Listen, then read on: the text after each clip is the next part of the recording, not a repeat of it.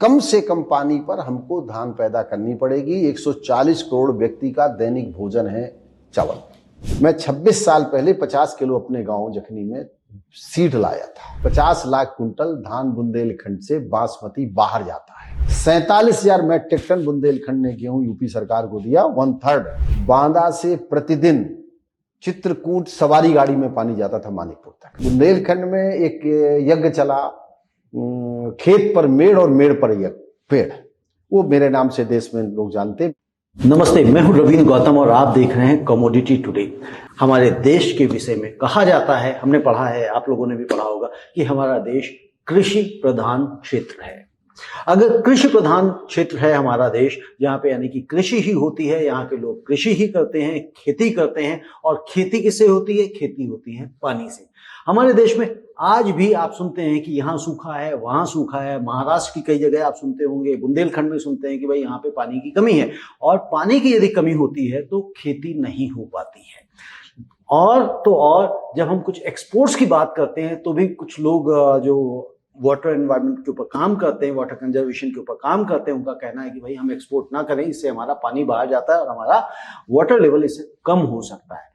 लेकिन आज हम आपको एक ऐसे शख्सियत से मिलवाने जा रहे हैं जो कहते हैं कि कम पानी में भी अच्छी खेती हो सकती है।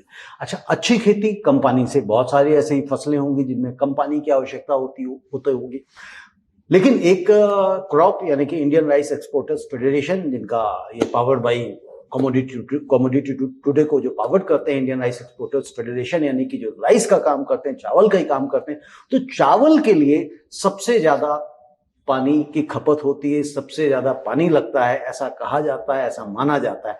लेकिन आज हमने कहा ऐसी शख्सियत से मिलवाने जा रहे हैं जो कहते हैं कि चावल को भी कम पानी में उगाया जा सकता है, अच्छी फसल ली जा सकती है, अच्छी पैदावार ली जा सकती है। और वो और कोई नहीं, पद्मश्री उमाशंकर पांडे जी हैं। पांडे जी नमस्कार। बहुत बहुत धन्यवाद, नमस्कार। मैं आपको और आपके संवाद को, आपकी कम्युनिटी चैनल को धन्यवाद देता हूं। और ये सच है कि भारत हमारा गांव में बसता है। बिल्कुल, भारत हमारा गांव में बसता। मुझे सबसे पहले तो आपसे ये समझना है उमाशंकर जी कि आप बांदा से आते हैं, यानी कि जैसे मैंने कहा बुंदेलखंड, ठीक है ना। तो बांदा में भी पानी कम था, ठीक है, आपके बारे में मैंने पढ़ा। उसके अलावा मुझे और स्रोतों से भी पहले जानकारी मिली थी, आज मिलने से पहले, ठीक है। तो बताया गया कि भाई मेड़बंदी का जो काम है वो उमाशंकर पांडे जी हम बहुत बढ़िया करते हैं। तो मैंने कहा वो क्या होता है? कहते बताया उन्होंने, मैं आप बताइएगा, लोग जो समझते हैं इस चीज को। तो वहां पे आपने जो पानी का लेवल कम था, उसका लेवल आपने अप किया। तो ये आपको आइडिया कैसे आया? कैसे आपको लगा कि पानी की का कंजर्वेशन इस तरह से किया जा सकता है? कैसे फसलें ज्यादा अच्छी उगाई जा सकती है? इस विषय में थोड़ा सा आप अपनी जर्नी पे, मैं चाहता हूँ थोड़ा सा मतलब कम शब्दों में बताएं ताकि हम और आगे चलें। आपने बिल्कुल सही प्रश्न किया है। चूंकि बुंदेलखंड के बारे में एक कहावत है कि आपने अगर मानिकपुर के इलाके में गए हो और देखा हो कि एक कहावत थी पुरानी, धोरा तोर पानी गजब कर जाए, गगरी न फूटे कसम मर जाए। तो ये कहानी पुरानी थी जी।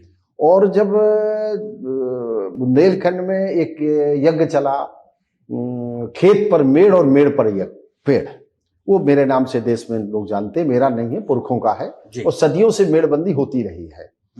तो उसके आधार पर बुंदेलखंड में आपको पता है कि 1 किलो बासमती धान नहीं पैदा होता था। मैं 26 साल पहले 50 किलो अपने गांव जखनी में सीड लाया था। 26 साल यानी कि 1999। हाँ, और आज मुझे बताते हुए खुशी हो रही है कि 50 लाख कुंटल धान बुंदेलखंड से बासमती बाहर जाता है। एक बात, मतलब क्या आप कितना लाए थे? 50 किलो। 50 किलो लाए, 50 किलो ले गए थे, 50 लाख क्विंटल बाहर जा रहा है। तो इसका सारा श्रेय आप ही को? मैं तो नहीं कह सकता, भले उस सरकार ने मुझे कहा है, माननीय प्रधानमंत्री जी ने 100 में 4 बार मन की बात में बांदा के बुंदेलखंड के पानी के काम की चर्चा की है विभिन्न तरीके से जी। एक बात। दूसरी बात, आपको यह भी पता होगा कि लोग मालगाड़ी से पानी राजनीतिक परिप्रेक्ष्य में दिल्ली से बुंदेलखंड जा रहा था। बांदा से प्रतिदिन चित्रकूट सवारी गाड़ी में पानी जाता था मानिकपुर तक जी। और मुझे प्रसन्नता है कि उसी मानिकपुर के राजापुर में, जहां महान युग दृष्टा रामचरितमानस के रचयिता गोस्वामी तुलसीदास जी पैदा हुए हैं। पिछले 5 वर्षों में उत्तर प्रदेश ने 25 लाख कुंटल धान खरीदा, जहां एक किलो धान नहीं पैदा होता था, सामान्य धान खरीदा है। एक फसल भी नहीं होती थी, बीजा दूनी नहीं आता था। मेरा श्रेय नहीं है, भारत रत्न नानाजी देशमुख ने गनीमा में विज्ञान केंद्र खोला, हम तो छोटे छोटे कार्यकर्ता थे। और इसके बाद उत्तर प्रदेश के बुंदेलखंड में भूखा बुंदेलखंड, प्यासा बुंदेलखंड, पलायन बुंदेलखंड की चर्चा होती थी। राशन से लोग भोजन की बात करते थे, राशन से। आज खुशी है और बताते हुए प्रसन्नता हो रही है मुझको कि खेत पर मेड़ और मेड़ पर पेड़। पानी क्या है, पानी क्या करता है, पानी कैसे व्यक्ति को धनवान बनाता है। और मैं तो मानता हूं, सदैव अपनी बातों में कहा करता हूं कि इस देश का असली वित्त मंत्री तो मानसून है। सारी अर्थव्यवस्था बिगड़ जाएंगी, आपके बजट वित्त रखे रहेंगे अगर पानी नहीं होगा।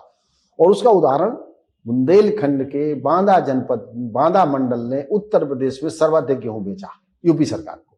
टोटल खरीद 2,04,000 मैट्रिक टन 2022-23 और 24 में हुई, जिसमें 47,000 मैट्रिक टन बुंदेलखंड ने गेहूं यूपी सरकार को दिया, 1/3, जिसमें 47 लाख मैट्रिक टन बांदा मंडल ने दिया। उसमें सबसे पहला चित्रकूट जिला था। क्योंकि अब इसमें एक और मेरा सवाल है कि जैसे आपने कहा कि खेत में मेड़ और मेड़ पर पेड़, तो जब मेड़ की हम बात करते हैं, यानी कि पेड़ जो खेत में लगाते हैं मिट्टी ताकि पानी बाहर ना जा सके, उस खेत का मतलब दायरा कितना बड़ा होना चाहिए, कितना बड़ा खेत में मेड़ लगानी चाहिए? हाँ, देखिए 1 हेक्टेयर जमीन में आप मान के चलिए कि 5 खेत बना लिए जाएं। ठीक है, 1 हेक्टेयर जमीन मतलब हुआ 5 बीघे जमीन। 5 बीघे हमने 5 खेत बना लिए, उसमें 1 मीटर चौड़ी और 1 मीटर लंबी ऊंची मेड़ बनाई। जो अगली बार जब पानी बरसेगा तो वह 2.5-2 फीट रह जाती है। हर तीसरे वर्ष हमको मेड़ बनानी पड़ती है। 1 मीटर ऊंची, तो इतनी बड़ी होगी? हाँ, लेकिन वो जब पानी बरसता है तो दब जाती है ताजी। 1 मीटर तो पूरी बाउंड्री हो गई। नहीं, 1 मीटर के बाद दबती है ना, जब बरसात आएगी उसमें पानी भरेगा तो वो लगभग 2 फीट रह जाती है। अच्छा, जैसे पानी पड़ता है। और जो चौड़ी होती है तो वो भी, उसमें जो हमें पशु के लिए क्या चाहिए, चारा भी तो चाहिए ना, पशु के लिए भी तो हमको हरा चारा चाहिए ना, तो उस मेड़ से पशु के लिए हरा चारा मिलेगा। और जो हम अन्य औषधीय पेड़ लेना है वो भी ले सकते हैं। हर 3 वर्ष में मेड़ को मजबूत करते हैं, क्योंकि जब मेड़ मजबूत रहती है तब पानी खेत में टिका रहता है। इसलिए हर तीसरे वर्ष में मेड़ हमको। मैं एक तो आपसे और थोड़ा सा गुजारिश कर रहा हूँ, अनुरोध कर रहा हूँ कि आपके पास ऑलरेडी वीडियोस वगैरह ऐसे होंगे कि जो मेड़ की जो पिक्चर्स होंगी, जैसे आपने 1 मीटर का, वो मुझे भेज दीजिएगा ताकि जब आप ये बात कर रहे हैं तो मैं उसमें लगा दूं। हाँ। ताकि दर्शक भी जो है उस चीज को समझ सकें, विजुलाइज करें। क्योंकि जैसे मैं अभी विजुलाइज नहीं कर पा रहा हूँ, देख नहीं पा रहा हूँ। ये चूंकि सबसे पुरखों ने सबसे प्राचीन पद्धति, पहले होती थी बंधान, फिर होती थी बंधिया, उससे छोटा है मेड़बंदी जी। अच्छा, तो हम सब ने जब भी किसी हमारे पुरखे ने गेहूं चावल पैदा करने की योजना बनाई होगी तो ये खेत बनाया होगा, उसमें एक बाउंड्री बनाई होगी, फिर उसमें अपने साथी मित्र पशु के लिए भी चारे की व्यवस्था की होगी। तो मेड़ के माध्यम से हम धान पैदा करें और पानी को रोकें, और उससे क्या है कि कम से कम पानी पर हमको धान पैदा करनी पड़ेगी। 140 करोड़ व्यक्ति का दैनिक भोजन है चावल, और भारत चावल निर्यात संघ इस दिशा में अच्छा प्रयास कर रहा है। बिल्कुल, भारतीय चावल निर्यात संघ इस दिशा में बहुत अच्छा प्रयास कर रहा है। अब इस पे एक लास्ट प्रश्न मैं आपसे और पूछना चाहता हूँ, समझना चाहता हूँ कि जिस तरह से भी हम एक डेटा आया कि भाई अभी तक हम वर्ल्ड के लार्जेस्ट राइस एक्सपोर्टर थे, यानी कि सबसे ज्यादा निर्यात करने वाले देशों में हमारा नाम था, यानी कि नंबर 1 पे आते थे। लेकिन अभी का जो डेटा कहता है कि जो अब क्रॉप आएगी तो हम सबसे बड़े राइस प्रोड्यूसर भी हो जाएंगे, यानी कि चावल उत्पादक देश भी बन जाएंगे। हम जो सबसे बड़े चावल उत्पादक देश बन जाएंगे, और इसका जो उत्पादन है और कैसे आगे बढ़े ताकि हम पूरे विश्व पे, कहते हैं ना, चावल के मामले में हम अपना कब्जा जमा सकें। हाँ, हम मानते हैं कि हमको गांव में किसानों से संवाद करना होगा, हमें फार्मर प्रोड्यूसर कंपनियों से बात करनी होगी। जो छोटे छोटे गांव में, हर कस्बे में छोटे छोटे खरीदार होते हैं, उनको बड़ा मार्केट नहीं मिलता, किसान को भी अपने धान का उपज अच्छा मूल्य नहीं मिलता। इसलिए जो बड़े जैसे चावल निर्यात संघ है, इनके पास देश भर में 5-7 हजार 8 हजार लोग इनके समूह के साथ जुड़े हैं। अब रायपुर का व्यक्ति यहाँ तो चावल धान नहीं ला सकता जी बांदा से चल करके हमारे पास 40 बोरा धान पैदा हुआ तो नहीं ला सकते जी इसलिए हमको बाजार को गांव जाना होगा और गांव में खलिहान पे जाना होगा। जब खलिहान से माननीय प्रधानमंत्री जी ने कहा था कि मैं लैब में नहीं लैंड पे जाऊंगा जी तो हम बाजार हमारा खलिहान जाए वहां से किसान की जो उपज है धान है गेहूं है सरसों है टमाटर है आलू है तब वो बाजार में आएगा। तो जो बीच के बिचौलिए हैं जो कम पैसा किसान को मिल पा रहा है और नए पढ़े लिखे लड़कों को आपको ट्रेनिंग देनी होगी। आपको ये बताना होगा कि अंतरराष्ट्रीय बाजार में किस तरह की चावल की मांग है, आपको बताना होगा किस तरह की धान की मांग है, हम कैसी क्वालिटी पैदा करें, क्या प्राकृतिक खेती करें, यानी कि केमिकल डालें कि हमें संवाद को स्थापित करना हाँ। होगा, किसानों तक पहुंचना होगा हाँ। ताकि एक चेन बनानी होगी ताकि हम जो चाहते हैं जो होना चाहिए वो हम सभी लोगों तक पहुंचा सकें। यानी कि ट्रेनिंग सेशंस भी हमें घरों घरों तक पहुंचाने पड़ेंगे। किसानों के साथ ट्रेनिंग करनी होगी, उनको नए बीज देने होंगे, हमको उनको बाजार देना होगा और पढ़े लिखे नौजवानों को खेती को प्रेरित करना होगा।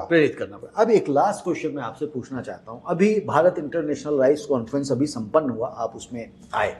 जो भारत इंटरनेशनल राइस कॉन्फ्रेंस हमारा संपन्न हुआ, आप इससे पहले भी अलग अलग सम्मेलनों में गए होंगे, जाते रहे होंगे, वहाँ का भी आपने अनुभव लिया होगा। यहाँ पे जो आपने अनुभव देखा कि जहाँ पे हमने किसानों को भी बुलाया, ठीक है, जीआई टैग जो उत्पादित करते हैं विशेष प्रजातियाँ उनको भी हमने बुलाया, सम्मानित किया, ठीक है, मिलर्स भी थे, पैकेजिंग वाले भी थे, बायर्स भी बाहर विदेशों से आए हुए थे, एक्सपोर्टर्स भी थे, यानी कि सब लोगों का एक समूह था जो चावलों के ऊपर हमने जो चर्चा की। इसको आप किस तरह से देखते हैं और इसको किस तरह से आपने अभी जितने सम्मेलन आपने जहां पे आपने जुड़े उससे ये किस तरह से आपको अलग लगा, क्या अलग लगा? सबसे पहले तो मैं आदरणीय जो चावल निर्यात संघ के अध्यक्ष हैं माननीय गर्ग साहब, उनको बधाई दूंगा जी कि पहला ऐसा अवसर है कि जहां किसान से उन्होंने उद्घाटन कराया जी और वहां पर किसान को जोड़ा, अंतर्राष्ट्रीय बाजार को जोड़ा, अंतर्राष्ट्रीय व्यक्तियों को जोड़ा और ऐसे प्रयासों में नौजवानों की संख्या बहुत थी, किसानों की संख्या थी और ऐसे आयोजन होते रहने चाहिए। ये मैं तो चूंकि आना जाना मेरा मंडपम में अधिकांश मैंने देखा है, जब किसान आगे होता है, ये देश किसानों का देश है, ये देश गांव का देश है। जब किसान बढ़ेगा देश बढ़ेगा और इसकी जो शुरुआत की है और जो आदरणीय वाइस प्रेसिडेंट देव जी हैं, देव जी यूथ को जोड़ रहे हैं देश भर में। उनकी कल्पना है, उनसे उन्होंने बात कही थी कि संपूर्ण भारत के हर राज्यों पे हम चाहते हैं कि जो ऐसे हमने अगला जो हमारा सेमिनार होगा उसमें प्रत्येक राज्य के अधिक से अधिक जो मॉडल जिन्होंने मॉडर्न प्रस्तुत किए हैं, जो आदर्श किसान हैं, आदर्श एक्सपोर्टर हैं, आदर्श विधियां हैं, हमारी प्रजातियां हैं, वो सब वहाँ डिमॉन्स्ट्रेशन के रूप में रखें। तो ये मुझे लगता है, पूरा विश्वास है कि जब अगली बार हम मिलेंगे तब तक हम देश का भ्रमण कर चुके होंगे और नए नौजवान, आज की परिस्थिति में कोई किसानी नहीं करना चाहता, किसान तो यानी कि आप चाहते हैं कि हम नौजवानों को भी प्रेरित किसानी करने के लिए, जैसे मैंने शुरुआत में कहा कि भाई हम पढ़ते आए हैं, शायद आज भी यही पढ़ाया जाता होगा, भारत एक कृषि प्रधान देश है। तो कृषि प्रधान देश है तो यहाँ पे कृषि को प्रधानता देने के लिए हमें लोगों को शिक्षित करना पड़ेगा, प्रशिक्षित करना पड़ेगा, जिससे वे लोग किसानी में आए और जो अपने घर को, अपने गांव को छोड़कर शहरों में आते हैं नौकरी मांगने के लिए, रोजगार ढूंढने के लिए, वो अपने वहीं पे रह के अपने रोजगार को पा सकें कृषि के माध्यम से। आप बिल्कुल आपने सही कहा। तभी जय जवान जय किसान, बिल्कुल सही। अगर जय किसान का नारा हमको ठीक करना है तो जो भारत चावल निर्यात संघ के माननीय अध्यक्ष जी, मैंने जिनको समझा, गर्ग जी को समझा, आपकी पूरी उनकी टीम को समझा, जहां पर केवल गांव के लोग थे, जिनके पास में आपने देखा होगा कि उनकी जो चप्पल थी जी वो भी गांव की थी। बिल्कुल। तो जब आप गांव के व्यक्ति को आगे लेके जाएंगे, उसके उत्पादन का उचित मूल्य मिलेगा, उनको सम्मान मिलेगा, स्वाभिमान मिलेगा, तो निश्चित रूप से पूरे देश और दुनिया में जो हमारा चावल, आज हम चावल बेच रहे हैं, दुनिया के देश हमसे खरीदने आ रहे हैं और इस खरीद में इन सबकी बड़ी भूमिका है। तो अगर हमको जय जवान जय किसान का नारा बुलंद करना है, वो बुलंद हो भी रहा है। तो जैसे अपने भारत चावल निर्यात संघ जैसे फोरम हैं, अपने आप के जैसे चैनल हैं, आप जैसी सूचना का तंत्र है, उन सबको मजबूत करना पड़ेगा। आपने मुझे चर्चा में बुलाया, मेरी बात को सुनी, फिर मैं लगातार आपसे किसी न किसी विषय बिल्कुल हम जुड़े पेड़ रहेंगे, पानी क्योंकि पे बात भी तो करता हमने रहूंगा। आपसे जरा सी ही बात जी, करी जी। है, क्योंकि आपके पास ज्ञान का इतना भंडार है और आपने इतने साल कृषि उद्योग को मैं कहूँगा आपने दिए हैं। ठीक है, उसके लिए आपका बहुत बहुत धन्यवाद। बहुत और बहुत हम आपसे धन्यवाद, जुड़े बहुत रहेंगे। बहुत धन्यवाद।